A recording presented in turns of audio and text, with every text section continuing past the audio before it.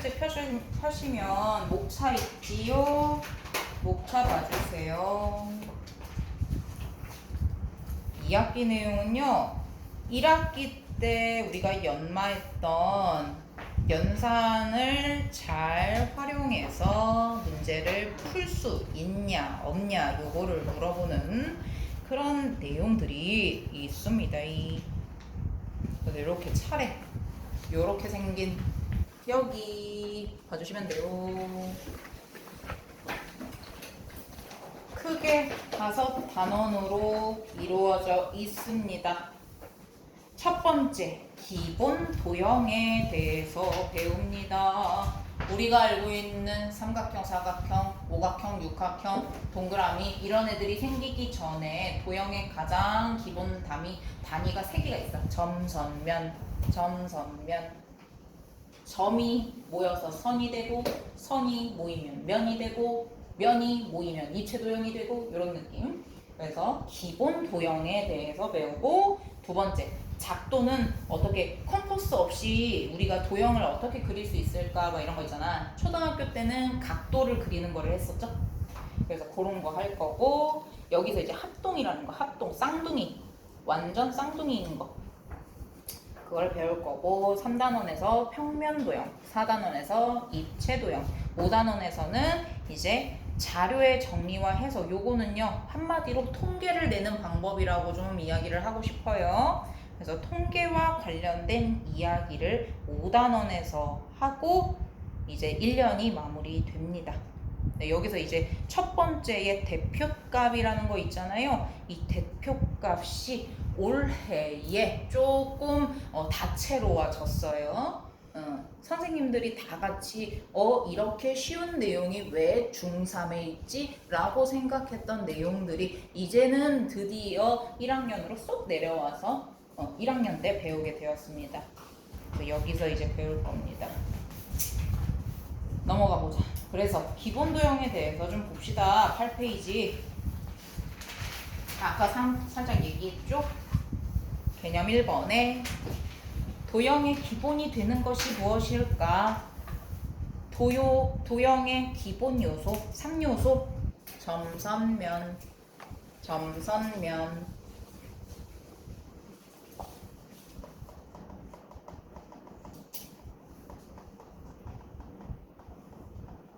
그래서 얘는 이제 기본 3요소라고 합니다. 마치 개미로 따지면 머리, 가슴, 배라고 하잖아. 그런 것처럼 3개 점, 선, 면 이렇게.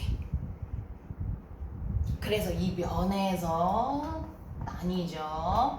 면이 평면 위에 있는 거면은 도형이 평면 도형. 면이 입체적으로 이렇게 3D로 되어 있어. 그러면 입체 도형 이라고 합니다. 이렇게 두 가지로. 그래서 입체 도형, 평면 도형 눈으로 한번 보시고요.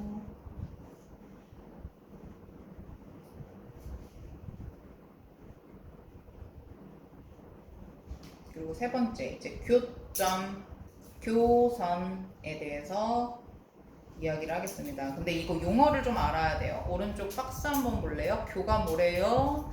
만날 교.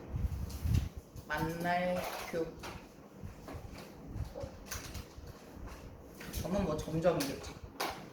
그래서 선도 교, 만날 선, 아니 만날 교, 선선. 그래서 점이 만날 때 그리고 만날 때 생기는 선, 만날 때 생기는 점이라는 거야. 근데 교점이 이런 것도 교점이 된다. 첫 번째, 교점은 무조건 선과 선이 만난다고 했지. 요것도 교점이지만 요것도 교점이다. 스타일이. 그리고 교선도 마찬가지. 교선은 직선일 수도 있고 곡선일 수도 있다. 그래서 요거는 조금 내가 그리기가 어렵지만 요렇게 어렵네.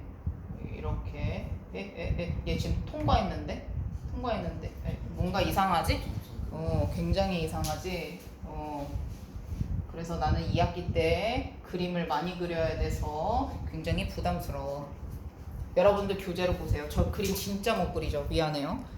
그래서 이렇게 생긴 거. 그래서 교선이 무조건 직선이 아니다. 원기둥을 뚫고 지나가면은 곡선인 형태가 되잖아요. 그래서 걔도 교선이라고 한다. 그리고 개념 더 알아보기. 요거는 이제 우리 5학년 때 즈음에 했었어.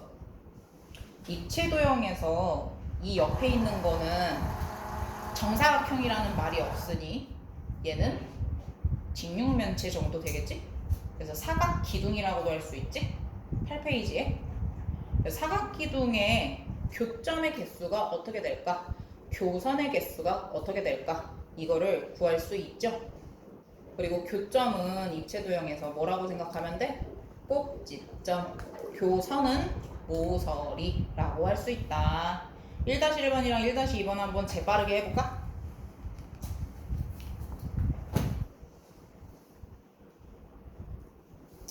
그래서 이어서 9페이지 개념 2번으로 오면은요. 직선이 하나로 정해지는 경우는 언제일까? 한 점 A를 지나는 직선은 무수히 많지만 서로 다른 두 점 동그라미 두 점. 자, 직선은 언제 생긴다? 두 점. 점 두 개 사이를 쓱 지나는데 직선은 양쪽으로 무한대로 계속 뻗어져 나가죠. 요거 언제 배웠어요? 초등학교 3학년 1학기 때 배웠습니다. 기억나나? 내가 지금 초3을 담당하고 있어서 그래서 이야기를 해주게 된 거야. 자, 직선은 양쪽으로 끝없이 뻗어져 나가죠? 그죠? 근데 우리는 초등학교 3학년 때는 직선 누구 직선 누구 이렇게 썼잖아요. 근데 그거를 이제 우리는 어떻게 할 거다? 고차원적으로 기호로 만들 거야. 기호. 자, 직선의 기호 여기다 쓸게요. 요래. 양쪽으로 계속 뻗어져 나가라는 의미의 화살표가 양쪽으로 있습니다. 직선은 뭐라고? 화살표 모양이 양쪽으로 있다. 근데 반직선은 어떻게 됐었어? 초등학교 3 그죠? 한쪽으로만 계속 이렇게 가잖아. 한쪽으로만. 그지? 그래서 어떨 것 같아? 한쪽으로만 화살표가 있어. 근데 그거를 방향이 틀리면 안 돼. 한쪽으로 여기에서 오른쪽 방향으로 가는 거다. 자, 요거 헷갈리시는 분들을 위해서 제가 또 스토리텔링 해드릴게요. 문과적 마인드로다가 우리 수직선 생각해봐. 수직선을 생각했을 때 계속 커지는 방향이 어느 쪽 방향이었지? 무조건? 두 점을 찍었을 때 항상 어느 쪽 방향이었어? 오른쪽. 그지? 항상 수직선 위에 두 점을 비교했을 때 대소관계를 비교해 봤을 때 어느 쪽이 큰 숫자였어요? 오른쪽이었어요. 그거를 생각하면서 오른쪽 화살표로 써주시면 됩니다. 왼쪽으로 화살표 하면 틀린 거예요. 그거는 기호가 틀린 거예요. 반직선 기호가 아니에요. 알겠죠? 내가 왜 이렇게 강조하는지 알아요? 그렇게 쓰시는 분이 매년 있어요. 매년 있다고요. 이렇게 하시는 분이 매년 있다고요. 그래서 얘기하는 거예요. 신기하죠? 나는 분명히 얘기를 한단 말이에요. 이렇게 앞에다가. 근데 매년 나와요. 신기해요. 자, 3분은 어때요? 두 점 사이에서 뚫고 지나가요? 아니면 딱 거기까지 해요? 그쵸? 그러니까 화살표 모양이 있을까요? 없을까요? 없어요. 좋아요. 요 모양입니다. 자, 그래서 요거를 이제 어떻게 표시를 하는지도 설명을 해드릴게요. 만약에 점과 점 사이를 얘를 A라고 하고 얘를 B로 두자. 이렇게 뚫고 지나갔어. 이거 여러분 마음의 눈으로 보세요. 곡선 아니에요. 직선이에요. 착한 사람은 직선으로 보여요. 자, 이렇게 뚫고 지나갔어. 그러면 우리는 어떻게 한다? 화살표 모양인 거 쓰고 A, B라고 합니다.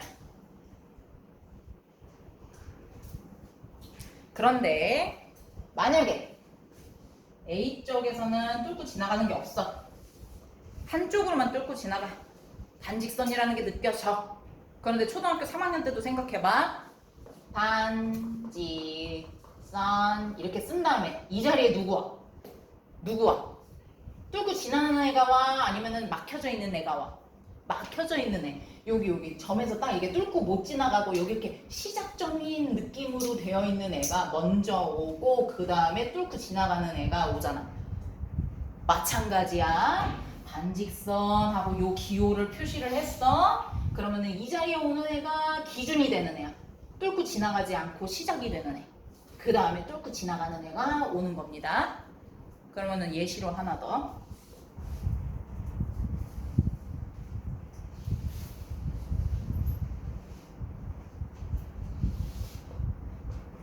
얘는요.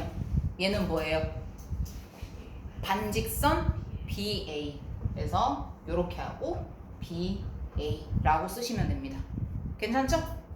그러면 완전히 두 쪽이 이렇게 더 이상 뚫고 지나가는 모양이 아니라 막혀 있어. 그러면 얘는 뭐라고 하면 돼요?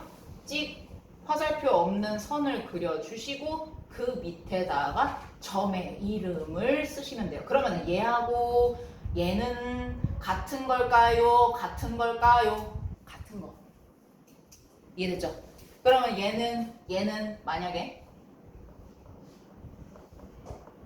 얘랑 똑같은 말일까요? 틀린 말일까요? 똑같은 말입니다. 하지만 얘 이렇게 쓰면 얘랑 같은 말일까요? 틀린 말일까요? 다른 말입니다. 다른 말입니다. 이해되셨나요? 좋아요. 자, 그러면 문제 풀면서 또 나머지 이야기를 해볼게요. 여러분 개념 더 알아보기 한번 눈으로 보세요. 눈으로 보시고 저희는 2-2번 먼저 해볼게요. 2-2번부터 보겠습니다. 다음 기호를 주어진 그림 위에 표시하고 요런 게 주어졌어요. 무슨 뜻이에요? 반직선 BC B에서부터 C 방향 쪽으로 뚫고 지나가네. 여기서부터 이쪽으로는 넘어가면 안 돼. 색칠을 끝까지 해주시면 됩니다. 여러분들이 그려져 있는 선의 끝까지 가시면 돼요. 여기서 멈추면 돼요? 안 돼요? 안 돼요. 다 선이 표시가 되어 있는 데까지 색칠해 주세요. 얘는요 C에서부터 B 방향이에요. 여기서부터 이쪽 방향으로 끝까지 색칠해 주시면 돼요. 교재에 그려져 있는 끝까지야. 뚫고 지나가야 되니까. 자, 그리고 나서 비교해 보세요. 반직선 BC하고 반직선 CB하고는 같아요? 다르니까 같지 않다라고 표현해 주시면 됩니다. 2번 반직선 AC 표시 반직선 AD입니다. 여기를 이렇게 색칠하라는 얘기는 아니야. 여기서부터 이렇게 색칠만 하면 돼. 또 따라하다가 이렇게 할라. 이렇게 되어 있으면 돼요. 색칠이 이렇게 되어 있으면 된다는 얘기야. 그리고 나서 비교해 보세요. 반직선 AC와 반직선 AD는 똑같은 말이야, 다른 말이야? 그러면서 우리는 깨우치는 거야. 학교 시험을 안 보지만 학교 시험을 만약에 본다면 반직선은 처음 시작하는 점이 누구냐에 따라서 그 다음에 방향만 봤을 때 무조건 똑같은 거구나 라고 찾아낼 수가 있다. 됐죠? 다음 2-1번입니다. 직선. 자, 오른쪽 그림과 같이 얘는 여기 오른쪽 그림과 같이 한 직선 위에 있지 않는 세 점 ABC가 있어요. 다음 도형을 그리고 기호로 나타내세요. 1번 직선 AB 얘는 기호로 어떻게 나타내요? 양쪽으로 화살표 그려주고 AB라고 쓰면 돼요. 반직선은 시작이 중요하다고 했어요. 화살표는 반드시 오른쪽에만 해주셔야 돼요. BC 선부는 화살표 없어요. 지붕 이렇게 생겼어요. AC라고 써주면 됩니다. 그리고 나서 우리는 직선 그려볼게요. 뚫고 지나가. 반직선 BC 그려볼게요. B에서부터 시작해서 한쪽으로 C 방향으로 뚫고 지나가. 선분 AC 해볼게요. 지나가지 않아요. 딱 사이에만 직선이 아니라 곧은선. 곧은선을 그어줬어요. 곡선이 아니니까요. 이렇게 그렸나요? 다 맞았어요? 좋아요. 3-1번 풀어볼게요. 그래서 10페이지에 개념 4번 읽어볼게요. 1번 두 점 A, B 사이의 거리를 잴 때 두 점 A랑 B가 있어. 근데 이 두 점 A, B를 이은 무수히 많은 선 중에서 뭐 어떻게 그려볼까? 이런 거, 뭐 이런 거, 뭐 이런 거. 이 고등선이 나름 고등선 얘라고 치자. 또 뭐라고 할까? 여기서부터 지나는 가는데 이런 게 무수히 많은 거가 있다고 치자. 그랬을 때 가장 짧은 선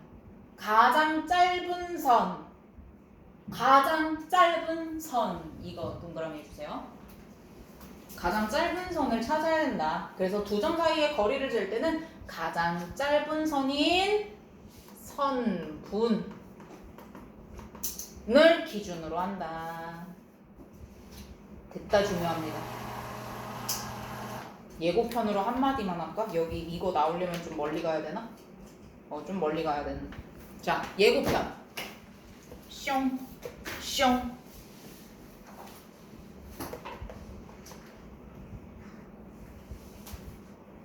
이렇게 점 3개가 있어. 그랬을 때 직선. 얘 지금 직선인 상태가 됐으니까 직선 A, B에서부터 C까지의 거리를 잴 때 어떻게 잴까요? 어떻게? 그러니까 몇 도가 돼야 돼? 90도. 그렇지, 정답. 아주 잘했어요. 얘도 요 한 점, 이 선과 요 점 사이의 최단 거리, 제일 짧은 거리, 그게 누구? 90도. 얘로만 재야 된다. 자, 여기까지. 원래는 이 단원에서 10페이지에서는 두 점 사이의 거리만 했지만 우리는 선과 점 사이의 거리, 선과 선 사이의 거리도 이야기를 했어요. 그래서 최단거리로 측정을 해야 한다는 거. 네, 여기까지입니다. 그리고 개념 4번에 2번 볼게요. 10페이지로 또 오세요. 두 번째 보면은 이런 얘기가 있어. 선분 AB의 중점 동그라미 중점. 이름이 왜 중점일 것 같아? 그렇지, 중간에 있어서. 좋았어. 중간에 있어서 중점이에요. 근데 걔는요 뭐라고 하는데요? 왜 우리 중학생 영어로 뭐야? middle school student, 그치? 그래서 middle 해가지고 M이라고 생각하시면 됩니다. 굉장히 납득이 가는 알파벳 설정이죠.